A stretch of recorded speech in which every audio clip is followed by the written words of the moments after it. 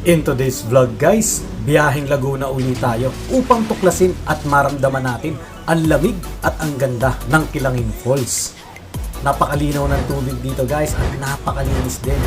Actually, pwede mo rin inumin yung tubig mismo nang gagaling dito sa falls na yun. Sabi nila may bukal dito guys at napakalinaw ng tubig.